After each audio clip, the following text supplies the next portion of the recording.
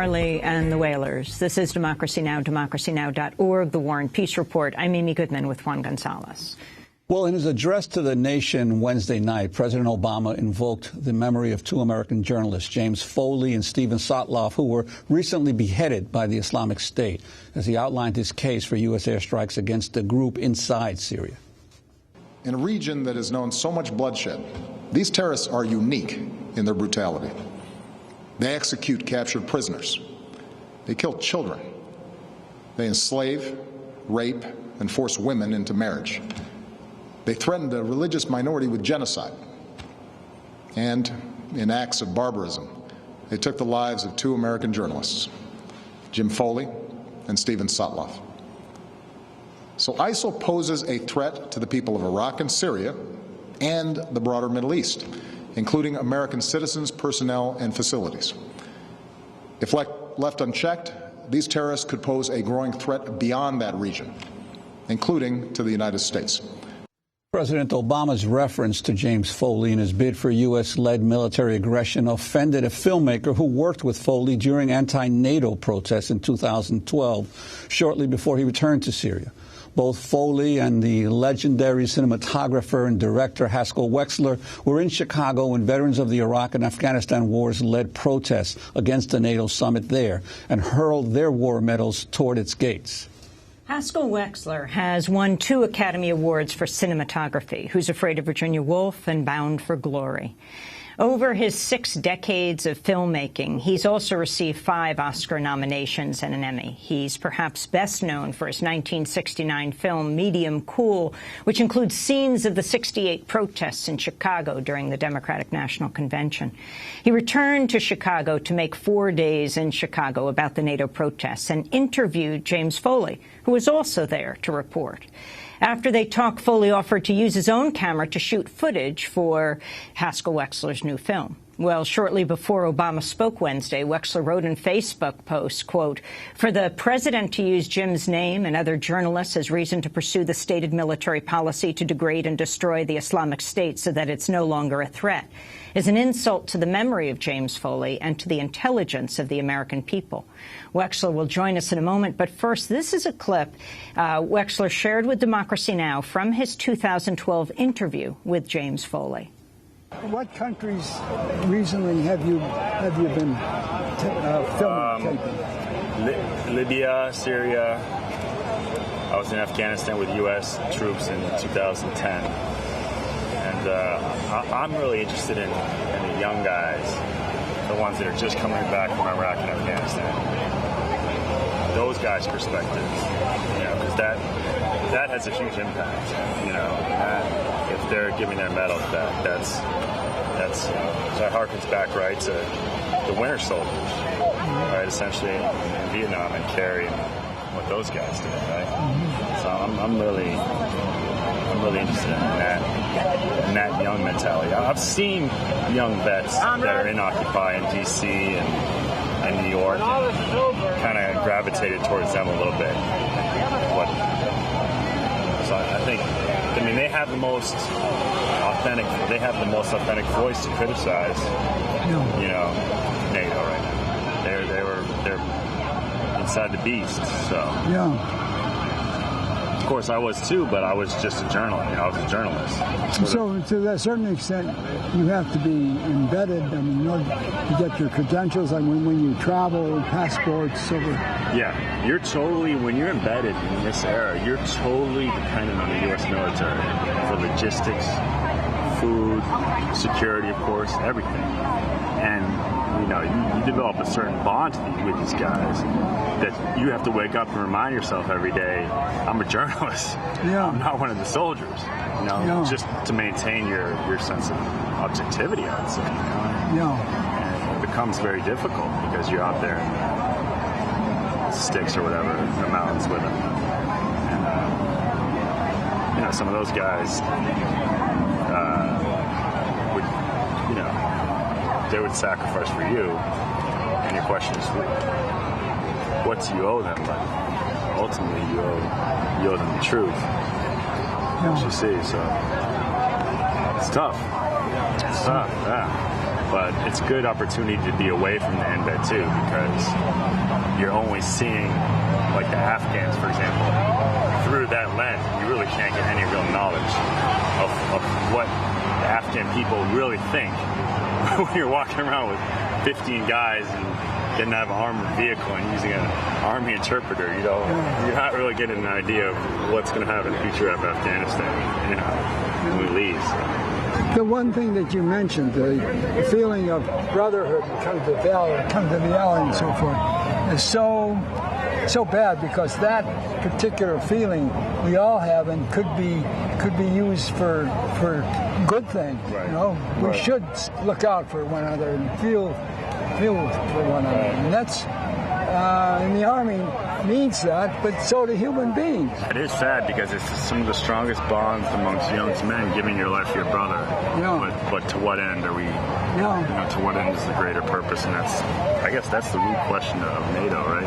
Yeah. To what end are we fighting these wars? Yeah. That's journalist James Foley, who was beheaded last month by the Islamic State, speaking in 2012 with the legendary cinematographer, journalist, filmmaker Haskell Wexler in Chicago at the anti-NATO protests. For more, we go directly to Haskell Wexler, who's in Los Angeles right now. Haskell, thanks so much for sharing this incredible interview with us. We're going to play more of James Foley. Talk about why you are bringing this out now. Amy, I'm pissed off. I am angry. I see how the American public is being confused, lied to, and given theater to make us buy that war is the way to have peace, and to use a journalist like Jim Foley, who was truly a journalist, wants to search for the truth, actually was out amongst them, and volunteered to work with my film group in Chicago, which were there documenting an anti-NATO demonstration. In fact, he himself took a camera, and I have 30 minutes of film of him talking to people in Chicago, so that he was not a person, a detached, objective journalist. He realized that our foreign policy is destructive when he had a humanitarian crisis that hurt him deeply, that he saw in Syria. And the funny thing is, the government knew what his position is. With all the surveillance was on just students in Chicago who were opposing NATO and the war, the taking of their computers, certainly the look into journalists and their points of view. If they didn't know before, when James Foley took a camera to work with me and my fellow Chicago filmmakers in an anti-NATO film, there's no question on what side of the fence he's on. And the government functions on, you're either 100% for us or you're the enemy. And that's why a lot of our discussions and other interviews was Jim talking about the other, how authorities can establish who the other is. And once they're other, they're less than human, they're less than smart, and you can do anything to them because you have to teach them a lesson. So for them to use him as a poster boy for more violence is obscene. And I think that the country has to know it's obscene. Well, Haskell Wexler, let's go to footage that you shared with us of Foley speaking with you in 2012 at the anti-NATO protests in Chicago. Here's another clip. The other, that's us. We're the ones that make him insecure.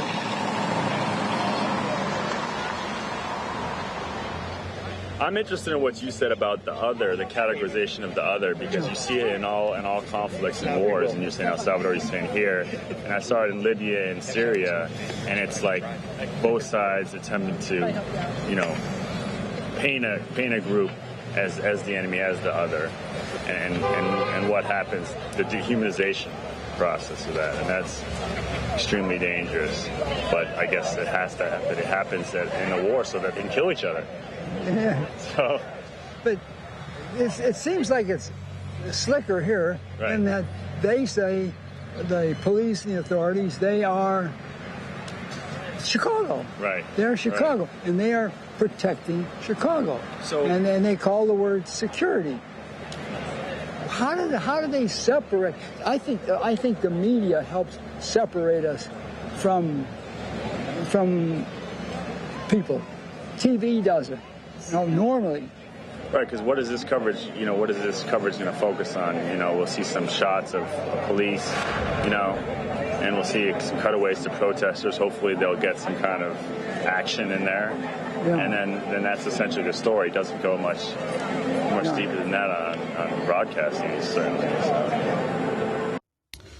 Well, Haskell Wexler, you were in Chicago at the NATO summit, making a film, 4 days in Chicago. How did you? And that's how you came across Foley. How did you end up deciding to make that film?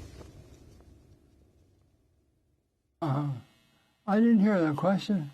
I said the film that you were making in Chicago, 4 days in Chicago at the NATO summit when you met Jim Foley. How did you decide to make that film? I decided to make that film because Chicago is my hometown, and in 1968, when another anti-war demonstration was there, the power of the police and the state went in there and suppressed them brutally, and later it was called the police riot. And then when the Occupy was announced to be in Chicago, the Chicago Tribune had an article that the mayor quoted the mayor saying that this is not going to be like 68, and actually he mentioned my film Medium Cool, and he said they're going to deal with these people in a new way.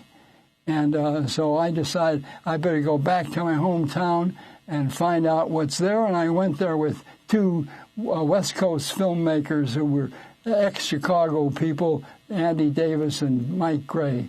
And with the help of a lot of young people in Chicago, we made a film called 4 Days in Chicago. Haskell Wexler, I wanted to get your reaction to Diane Foley, James Foley's mother, who did an interview last night with CNN's Anderson Cooper. She said officials told her she could face prosecution if she tried to raise a ransom to free her son. She said the U.S. had also refused to exchange prisoners or carry out a military rescue effort early on. I think our efforts to get Jim freed were an annoyance, you know. And an annoyance to the government. Yes. And and it didn't seem to be in our strategic interest, if you will. I was appalled as an American. Jim would have been saddened. Jim believed till the end that his country would come to their aid. We're dealing with very difficult people when we talk about ISIS. Their hate for us is great. And yet, some of our response to them has only increased the hate. You know? So I feel there's a need for debate, discussion. I pray that our government would be willing to learn from the mistakes that were made and to acknowledge that there are better ways for American citizens to be treated. So that was the exclusive interview that Anderson Cooper of CNN did with Diane Foley, James Foley's mother. They have a full-page ad in the New York Times today on their new foundation. Haskell Wexler, your response, as Diane Foley says, the U.S. government treated these parents before James Foley was beheaded as an annoyance. I'm trying to get over my anger that I expressed early about the theatrical utilization of the opposite of what James Foley, and try to concentrate on what lessons we have from this situation. And I thought I saw James Foley's mother, and I thought, here's a brave, good woman, sort of representing everything that America is all about. And she's saying that our government is not telling the truth, and our media, in the main, maybe a few breakthroughs now, certainly with you, but otherwise, seeing that what they call America being war weary. It's not we're just tired of fighting war, but we're tired of being deceived and having that deception taken from all the needs that we have in America today. This is interesting also because a spokesperson for the family of the other beheaded journalist, Steven Sotloff, spoke to CNN on Wednesday, Brock Barfi, and said Sotloff was sold to ISIL by other so-called moderate Syrian rebels. We can say Stephen was sold at the border. Stephen's name was on a list that he had been responsible for the bombing of a hospital. This was false. Activists spread his name around. He was sold at the border? Yes. We believe that the so-called moderate rebels that people want us, our administration, to support, one of them sold him probably for something between $25,000 and $50,000 to ISIS, and that was the reason that he was captured. That is Brock Barfi, the spokesperson for Steven Sotloff, the family, the other journalist who was beheaded. I wanted to bring Medea Benjamin, leading peace activist, back into this conversation as you listen to Haskell Wexler, Medea, and you hear the mothers, Diane Foley, and the spokesperson for Steven Sotloff, the two beheaded journalists whose names President Obama has invoked in justifying this military campaign. Your thoughts? Well, first, my heart goes out to Diane Foley as a mother, but my heart goes out to the hundreds of people that we have killed in an equally barbaric fashion with our drone strikes, where we incinerate people alive, leaving pieces of their flesh lying in trees, doing this to mothers, to children, to teachers, to farmers. Every one of those drone strikes is a barbaric killing, a barbaric tragedy. So we do not have the moral high ground in this, unfortunately. And Haskell Wexler, your final thoughts today after you bring us the video of James Foley at this anti-war protest in 2012.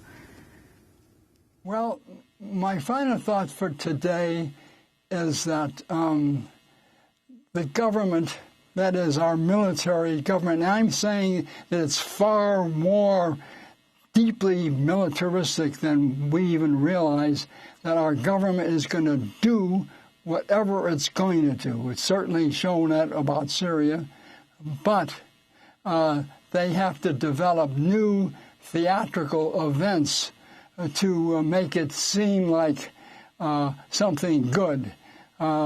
You know, dropping bombs and then humanitarian aid as the public thing is today of a new policy. So I think we have to know how the forces are and to realize there's plenty in this country that will see through the sham before it's too late.